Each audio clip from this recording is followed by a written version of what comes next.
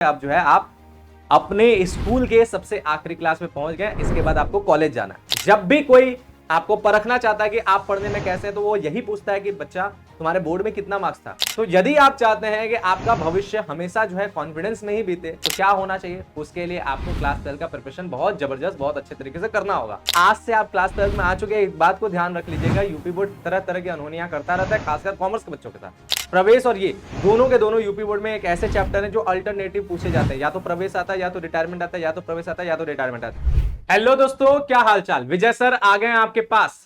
Class 11 का exam हुए काफी दिन हो गया, हम लोग आपसे काफी दूर थे, आप लोग हमें मिस कर रहे थे। तो चलो भाई, आज आ गए हम आपके साथ, आपके सामने। क्या होने वाला है आज? तो आज हम बात करने वाले हैं कि जो बच्चे क्लास 11 दे चुके हैं वो क्लास 12 का प्रिपरेशन करना चाहते हैं, और क्लास 12 का प्रिपरेशन कैसे करें इसके बारे में जानकारी लेना चाहते हैं कि किस तरह से हम लोग को क्लास 12 में पढ़ना है, क्या क्या पढ़ना है। अब आपको यह महसूस हो रहा होगा कि अब आप छोटे बच्चे नहीं रहेंगे, अब आप थोड़े सीनियर हो गए, आप थोड़े मेच्योर हो गए, अब जो है आप अपने स्कूल के सबसे आखिरी क्लास में पहुंच गए। इसके बाद आपको कॉलेज जाना है ना बात। तो अब आप में थोड़ी सी मेच्योरिटी फील हो रही होगी, थोड़ी सी लग रहा होगा कि यार हम भी बड़े हो गए, अब हम जो है छोटे नहीं रह गए, है ना बात। तो मेच्योरिटी के साथ ही आपको बोर्ड देना होता है, इसलिए ये बोर्ड होता है। इसमें जो है आपको थोड़ा सा सीरियस होकर के चीजों को लेकर के चलना होता है, थोड़ा सा सीरियस होकर के पढ़ाई करना होता है, क्योंकि अब इसके जो रिजल्ट बनेंगे वो केवल एक कागज का टुकड़ा नहीं होगा, बल्कि आपके भविष्य का दर्पण होगा। उसके अंदर आपका भविष्य दिखेगा। अगर आपके मार्क्स अच्छे हैं तो आपका भविष्य सुनहरा होने के मैक्सिमम चांसेस है, और अगर आपके मार्क्स खराब हो जाते हैं तो आपके भविष्य खराब होने के मैक्सिमम चांसेस है। क्योंकि जब भी कोई आपसे पूछता है, आपको परखना चाहता है कि आप पढ़ने में कैसे हैं, तो वो यही पूछता है कि बच्चा तुम्हारे बोर्ड में कितना मार्क्स था, क्लास 12 में तुम्हारा कितना मार्क्स था, अकाउंटेंसी में कितना मार्क्स था। इसी प्रकार के क्वेश्चन से आपके जो है हुनर की परख होती है, आपके बुद्धिमत्ता की परख होती है। तो यदि आप चाहते हैं कि आपका भविष्य हमेशा जो है कॉन्फिडेंस में ही बीते, हमेशा जो है एक घमंड में ही बीते, एक अच्छे स्टूडेंट के तौर पे बीते, तो क्या होना चाहिए? उसके लिए आपको क्लास 12 का प्रिपरेशन बहुत जबरदस्त, बहुत अच्छे तरीके से करना होगा। तो क्या क्या पढ़ना है बोर्ड में, क्या क्या पढ़ना है क्लास 12 में, आज की इस वीडियो में हम लोग यही बात करेंगे। और हमारा है क्लास 12 का सिलेबस आपके सामने, किसके लिए? यूपी बोर्ड का सिलेबस, ठीक है। अन्य बोर्ड की भी बताया जाएगा, अभी फिलहाल हम जो सिलेबस दे रहे हैं ये यूपी बोर्ड का सिलेबस है। और किस सब्जेक्ट का है भाई? तो जाहिर सी बात है, हम क्या पढ़ाए हैं? हम आपको अकाउंटेंसी पढ़ाते हैं। तो यहां पर जो सिलेबस है आपका अकाउंटेंसी का ही है आपके सामने। तो देखते हैं यूपी बोर्ड के अकाउंटेंसी में क्या होने वाला है, कैसे कैसे क्या क्या चीजें पढ़ने वाले हैं, ठीक बात। चलो भाई, तो सबसे पहले यहां अंकों को नजरअंदाज कीजिएगा, क्योंकि यूपी बोर्ड का एक नाम है। आप बच्चे जानते होंगे तो ठीक है, नहीं जानते तो जान लीजिए, हमारे तरफ से दिया गया यूपी बोर्ड का नाम है अनहोनी बोर्ड। क्योंकि ये कुछ भी करता है, कुछ भी करता है, ये अनहोनी हमेशा इसके साथ हो ही जाता है। जैसे अभी जो है एग्जाम जो बीता है, इसमें बीएसटी के लॉन्ग क्वेश्चन में ऑप्शन ही नहीं डाला, है ना बात। इसी तरह हमने इसका नाम अनहोनी बोर्ड नहीं दिया। 11 साल का एक्सपीरियंस है भाई, तरह तरह की अनहोनी हमने देखा हुआ है ना बात, इसलिए इसको अनहोनी बोर्ड कहते हैं। और आज से आप क्लास 12 में आ चुके हैं, एक बात को ध्यान रख लीजिएगा, यूपी बोर्ड तरह तरह की अनहोनियां करता रहता है, खासकर कॉमर्स के बच्चों के साथ। तो आप एक कॉमर्स के बच्चे हैं, तो आप जो है बहुत मजबूत होकर के आपको पढ़ाई करना है कि किसी भी प्रकार की अनहोनी हो जाए आप उसमें जो है अच्छा मार्क्स ले आएंगे, ठीक बात। चाहे ऑप्शन मिले या ना मिले, चाहे लॉन्ग में जो है थ्योरी मिले या ना मिले, खाली न्यूमेरिकल्स मिल जाए, चाहे किस भी तरह की बात हो जाए, जो पढ़ाएगा वो आए, जो नहीं पढ़ाएगा वो भी आ जाए, कुछ भी बात हो जाए आप उसको अच्छे तरीके से कर पाएंगे। इसलिए यूपी बोर्ड के पूरे एक्सपीरियंस के हिसाब से हम सारी बातों को इस तरह से लेकर चलते हैं कि अकाउंटेंसी में आप कभी नहीं फंसोगे, आप एकदम जबरदस्त करके आ जाओगे, ठीक बात। तो मार्क्स को छोड़ दीजिए, चैप्टर वाइज मार्क्स एकदम छोड़ दीजिए, एकदम नजरअंदाज कर दीजिए, अपने आप से ही पेपर आता है इसमें, ठीक है। बात करते हैं हम लोग भाग 1। अकाउंटेंसी के पूरे किताब 2 भाग में बटा है। भाग 1 जो है उसे हम लोग साझेदारी का भाग कहते हैं, इसमें सारी की सारी बातें साझेदारी से संबंधित होती है। और भाग 2 जो होता है वो कंपनी का भाग होता है, उसमें विश्लेषण और निर्वचन इनसे संबंधित बातें होती है, ठीक है। तो पहले भाग 1 की बात करें, तो भाग 1 में पहला हमारा साझेदारी लेखांकन आता है, और इसमें सबसे पहला जो टॉपिक है वो है साझेदारी का आधारभूत अवधारणा, यानी यहाँ पर इंट्रोडक्शन होता है, जनरल इंट्रोडक्शन होता है, परिचय होता है, सामान्य परिचय होता है, उसमें हमारी पूरी साझेदारी चलती है। और उसके अंदर हम सारी बातें समझते हैं साझेदारी को लेकर के। साझेदारी एक परिचय हमारा चैप्टर है, जिसमें साझेदार और साझेदारी की प्रवृत्ति जो है, साझेदारी विलेख, लेखांकन हेतु अनुकूल प्रावधान, साझेदारी खातों का विशिष्ट पहलू, साझेदारों के जो है पूंजी खाते, साझेदारों के बीच लाभ का विभाजन, लाभ हानि विनियोजन खाता, ठीक है, यहाँ पे विनियोग लिख दिया है, लाभ हानि विनियोजन, ठीक है, लाभ हानि विनियोजन खाता। फिर इसके बाद जो है आपका जो है पूंजी पर ब्याज का परिकलन, पूंजी पर में परिवर्तन, आहरणों पर ब्याज, एक साझेदार को लाभ की गारंटी, और पूर्व समायोजन जिसे पास्ट एडजस्टमेंट कहते हैं। ये सारे टॉपिक्स हमारे इस चैप्टर के अंदर है। यानी ओवरऑल पूरा चैप्टर जब पढ़ाया जाएगा तो आपको समझ में आ जाएगा। यहाँ पे टॉपिक्स भी बता दिया गया मेन आपको चैप्टर याद रखना है। पहला चैप्टर क्या होगा, साझेदारी का समान परिचय, या आपका जो है किसी नाम से दे सकता है, बेसिक इंट्रोडक्शन वगैरह कुछ भी करके दे सकता है, आधारभूत अवधारणा भी दे सकता है, ऐसे करके दे सकता है। ठीक बात। नेक्स्ट हमारा जो चैप्टर है वो साझेदारी फर्म का पुनर्गठन, जिसमें साझेदार का प्रवेश, ये यूपी बोर्ड का सिलेबस है।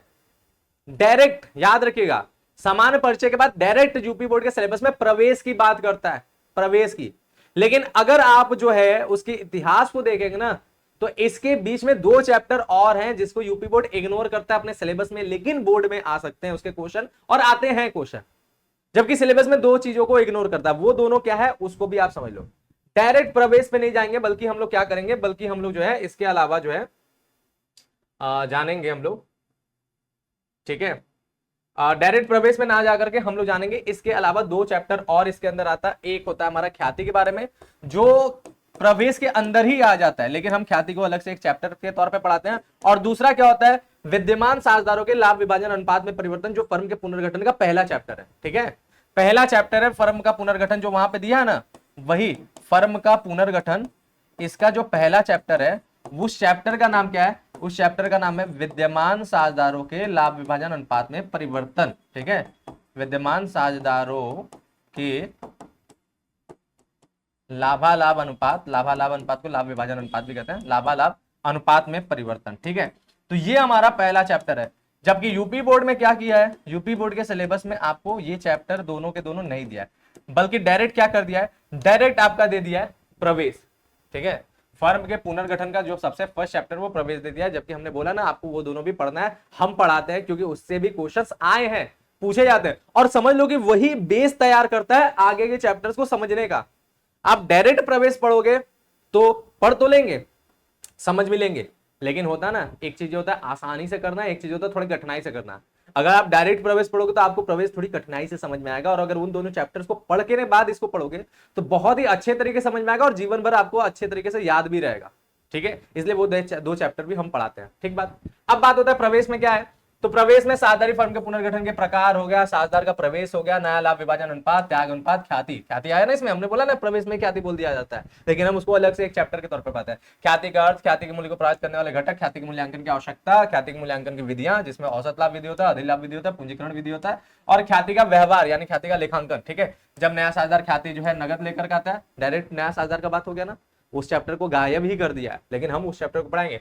जब नया साझेदार पूर्णतः अथवा आंशिक रूप से ख्याति नहीं लेकर के आता है, और प्रच्छन्न ख्याति क्या होता है, ठीक है, संचित लाभों और हानियों का समायोजन, परिसंपत्तियों का पुनर्मूल्यांकन, दायित्वों का पुनर्निर्धारण, पूंजी का समायोजन, वर्तमान साझेदारों के लाभ विभाजन अनुपात में परिवर्तन, ये सारे के सारे टॉपिक्स आपको पढ़ना है। अच्छा, यहां पर देखो इसमें लिख दिया है वर्तमान साझेदारों के लाभ विभाजन अनुपात में परिवर्तन। बताओ ये कहां लिखा, प्रवेश के सबसे आखिरी टॉपिक में, जबकि ये टॉपिक क्या है, प्रवेश से जस्ट पहले का है ना बात, जिसको हम बोला ना, हमने ख्याति पहले पढ़ाएंगे, उसके बाद जो है ये पढ़ाएंगे। तो ये जो है ना, यही टॉपिक तो हमने बताया, वर्तमान साझेदार को विद्यमान साझेदार भी बोलेंगे, उसी के लाभालाभ अनुपात में परिवर्तन, तो उसी के बोला लाभ विभाजन अनुपात में परिवर्तन। तो ये टॉपिक आपका प्रवेश के अंदर बोला है, जबकि ये प्रवेश के जस्ट पहले का बात है।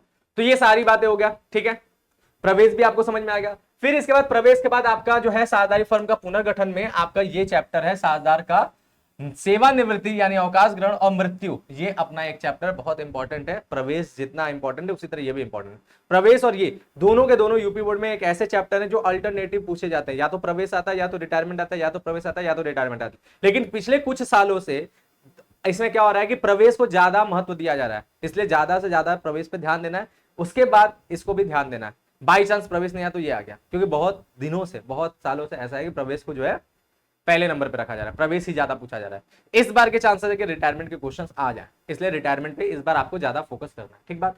अब इसमें क्या है, सेवानिवृत्ति एवं मृत्यु। ठीक है, सेवानिवृत्ति एवं मृत्यु, साझेदार को देय राशि का निर्धारण, नया लाभ विभाजन अनुपात, अभिलाभ अनुपात, ख्याति अभिलाभ अनुपात को हम लोग जो है प्राप्ति अनुपात भी कहते हैं। ठीक है, कुछ कुछ नाम अजीबोगरीब यहाँ पे दिया रहता है। ख्याति का जो है व्यवहार, जब ख्याति पुस्तकों में विद्यमान नहीं है, प्रच्छन्न ख्याति, परिसंपत्तियों तथा दायित्वों का पुनर्मूल्यांकन के लिए समायोजन, संचित लाभों तथा हानियों का समायोजन, जब साझेदार वर्ष के मध्य में सेवानिवृत्त होता है। हालांकि ये बोला है लेकिन इसके क्वेश्चंस आते नहीं है। ठीक बात, लेकिन हम बता देंगे, जैसे मध्य में मृत्यु हो सकता है उसी तरह मध्य में रिटायरमेंट भी हो सकता है, दोनों की ट्रीटमेंट लगभग एक जैसा होता है। ठीक है, सेवानिवृत्त साझेदार को देय राशि का निपटारा, साझेदारों के पूंजी का समायोजन और मृत्यु, उसी तरह साझेदार की मृत्यु, ये हटा देते हैं, ये एक्स्ट्रा लिखा गया। तो ये सारी की सारी बातें आपको जो है इसके अंदर पढ़ना है। ये रिटायरमेंट और डेथ की बात हो गया। जैसे जैसे आपको मेन चैप्टर याद रखना है, चैप्टर याद रखना है, उसके बाद डिटेलिंग तो हमें करना है, डिटेल से हमें पढ़ाना है, उसके अंदर क्या क्या चीजें है, कैसे कैसे आपको देना है, वो हमें तैयार करना है, हमको अच्छे तरीके से लेकर चलना है। तो आपको याद रखना है सबसे पहले साझेदारी खाते का सामान्य परिचय, दूसरे नंबर पे ख्याति, तीसरे नंबर पे विद्यमान साझेदारों का लाभ विभाजन अनुपात में परिवर्तन, चौथे नंबर पे नए साझेदार का प्रवेश, पांचवें नंबर पे साझेदार का अवकाश ग्रहण में मृत्यु, और फिर इसके बाद छठे नंबर पे आपको जो चैप्टर पढ़ना है वो साझेदारी फर्म का विघटन है। विघटन में बहुत लंबा जो है डिटेलिंग करना है, बहुत लंबा, बहुत अच्छे तरीके से पढ़ना है, ठीक है। जैसे कि यहां पर देखो लिखा है ना, साझेदारी का विघटन, फर्म का विघटन, खातों का निपटारा और लेखांकन व्यवहार, बस इतनी बातें बोला है। लेकिन इसके अंदर और डिटेलिंग करना है, और डिटेलिंग ये करना है कि इसमें तो साझेदारी फर्म का विघटन तो देखना ही है, विघटन का एक कारण है साझेदार का दिवालिया हो जाना, ठीक है। तो ये यूपी बोर्ड का ही अंदर बस मिलता है, बाकी बोर्ड में नहीं मिलता है, एनसीईआरटी में भी नहीं है, ठीक है। ये बस यूपी बोर्ड में ही मिलता है, तो साझेदारों का दिवालिया होना, ठीक है। तो ये यूपी बोर्ड के बच्चों को पढ़ना है, अन्य बोर्ड में नहीं पढ़ना है, ठीक है। दिवालिया होना, और इसमें एक केस होता है जिसे हम लोग कहते हैं गार्नर बनाम मर्रे, हालांकि अब उसको पढ़ाने का कोई मतलब नहीं रह गया, बहुत पहले वो पूछा जाता था। अभी से जो है 2017-18 से, मतलब 16-17 से पहले ये पढ़ा जाता था, पूछा जाता था, ठीक है, गार्नर बनाम मर्रे, है ना बात। तो ये जो है फिर भी हम पढ़ा देंगे, क्योंकि इसका भरोसा नहीं, यूपी बोर्ड है ना, हमने क्या बोला, यूपी बोर्ड है ना, ये कुछ भी कर सकता है। तो ये एक साझेदारों का दिवालिया होने के अंदर टॉपिक है, तो दो टॉपिक में इसको पढ़ाया जाएगा, साझेदारी फर्म का विघटन, एक सामान्य विघटन के तौर पर, एक दिवालिया होने के बाद विघटन के तौर पर, जिसमें गार्नर बनाम मर्रे भी पढ़ना है। तो ये डिटेलिंग के साथ आपको मिलेगा। फिर इसके बाद हम लोग आगे बात करें, आगे बात करते हैं भाग दो। भाग दो में हमने क्या बोला, लेखांकन जो है, लेखांकन का पूरा किताब जो है दो भागों में बटा है, एक साझेदारी का, दूसरा कंपनी का। और इस कंपनी में आपको जो है कंपनी का सारा डिटेल पढ़ना है। कंपनी का वित्तीय विवरण से स्टार्ट होता है, उसका निर्वचन वगैरह भी पढ़ना है, उसका विश्लेषण वगैरह भी पढ़ना है, ये सारी बातें पढ़ना है, ठीक है। तो इसमें सबसे पहले जो है कंपनी में अंश पूंजी का चैप्टर आता है, यानी कंपनी के अंश से रिलेटेड बहुत डिटेल है। बस इतना हम डायरेक्टली आपको बता देना चाहते हैं कि अंश में आपको क्या पढ़ना है, अंश का A to Z कहानी पढ़ना है, उसके निर्गमन तक, ठीक है, उसके हरण तक, उसके पुनर्निर्गमन तक, ये पूरी की पूरी कहानी आपको इस चैप्टर में पढ़ना है, ठीक बात। फिर इसके बाद दूसरा जो चैप्टर है वो ऋण पत्र से रिलेटेड है, ठीक है, ऋण पत्र से रिलेटेड है, और इसमें ऋण पत्रों का जो है निर्गमन तक ही लेखा पढ़ना है, शोधन का नहीं पढ़ना है। शोधन एनसीईआरटी ने भी हटा दिया, और अब यूपी बोर्ड ने भी उसे हटा दिया, क्योंकि शोधन वैसे भी बड़ा ही पेचीदा टॉपिक है, बड़ा ही बेकार टॉपिक है। वैसे भी जब तक शोधन था तब तक भी उससे क्वेश्चन नहीं आता था यूपी बोर्ड में, ठीक है, लेवल नहीं आता था, कभी बाई चांस पूछ दिया तो पूछ दिया। हम जितने सालों से पढ़ा रहे हैं शोधन के क्वेश्चन जनरली नहीं आते थे, एक ही टाइप का क्वेश्चन आता था, वो शोधन का ऐसा क्वेश्चन आता जिसमें निर्गमन का लेखा करना था, लेकिन शर्त होता था शोधन की, तो वो हम लोग को अभी भी पढ़ना है, ठीक है। तो ऋण पत्रों के निर्गमन का ही पूरा का पूरा डिटेलिंग आपको करना है, और शोधन की शर्तों पे भी निर्गमन आपको पढ़ना है। तो ये इसके अंदर पूरा डिटेल है, और पूरा का पूरा ऋण पत्र को अच्छे तरीके से पढ़ना है, जैसे वहां पे रंश को अच्छे तरीके से पढ़ा है, इस चैप्टर में पूरा ऋण पत्र को अच्छे तरीके से पढ़ना है, ठीक बात, ये हो गया। फिर इसके बाद आता है हमारा अगला, कंपनी का वित्तीय विवरण। अब ये वित्तीय विवरण में क्या होता है ना, वित्तीय विवरण में बहुत बड़ा कुछ है नहीं, मेन इसके बेसिक थ्योरी पढ़ने रहते हैं, और लास्ट में आपको दो चीजें होता है याद करना, एक होता है कंपनी का आर्थिक चिट्ठा, दूसरा होता है कंपनी का लाभ हानि विवरण, ठीक है। ये दोनों आपको याद करना होता है।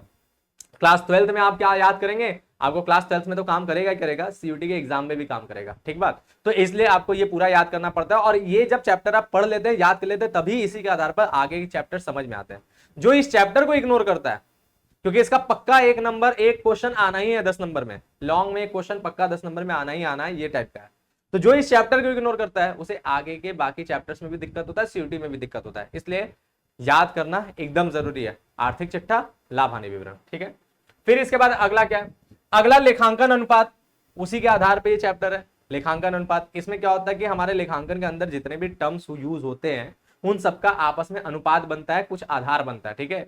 4 मुख्य प्रकार के अनुपात होते हैं, उनके अंदर कई ढेर सारे अनुपात होते हैं, वो सारे के सारे अनुपात आपको इसके अंदर पढ़ना है। ये पूरी तरह से एक तरह से मैथमेटिकल चैप्टर है, ठीक है। इसमें सारे के सारे क्वेश्चन जो है मैथ्स की तरह होता है, क्योंकि अनुपात है, अनुपात मैथ का पार्ट है ना, तो इसमें भी क्वेश्चन हमें लगाने पड़ेंगे, वो भी कैसे, छोटे छोटे क्वेश्चन मैथ्स में जैसे नहीं होते, उसके सॉल्यूशन करना पड़ेगा, XYZ मैन बन के, ठीक है। इस प्रकार की चीजें इसमें है, लेकिन हम बता रहे हैं मैथ का नाम सुनकर डरना मत। अगर आपने मैथ नहीं भी पढ़ा, अगर आपका मैथ कमजोर भी है, तो ये चैप्टर आपको यूं सिखा दिया जाएगा, चुटकियों में अच्छे तरीके से आ जाएगा, ठीक है।